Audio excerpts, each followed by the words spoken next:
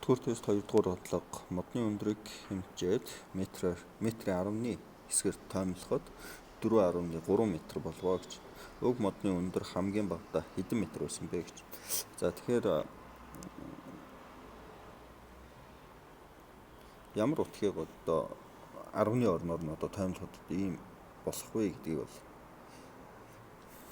авч үзье. За тэгэхээр эндээс бол хамгийн бага даа гэсэн тийм. Тэгэхээр бид нар бол нөгөө тоймлолтын талаар мэддэг байх хэрэгтэй гэсэн үг. За өөрөөр хэлбэл энд бол ийм байхад 10-ны орноор тоймлох гэхээр араар нь 5-ын урдуур бол ингээд зурчин. За тэгээд хоёрын хойдлын тоймлогч байгаа орны хойдлын утга бол 5 болон түүнээс их байвал урагшаа бол урдлын орон дээр бол нэгийг нэмж өгдөг.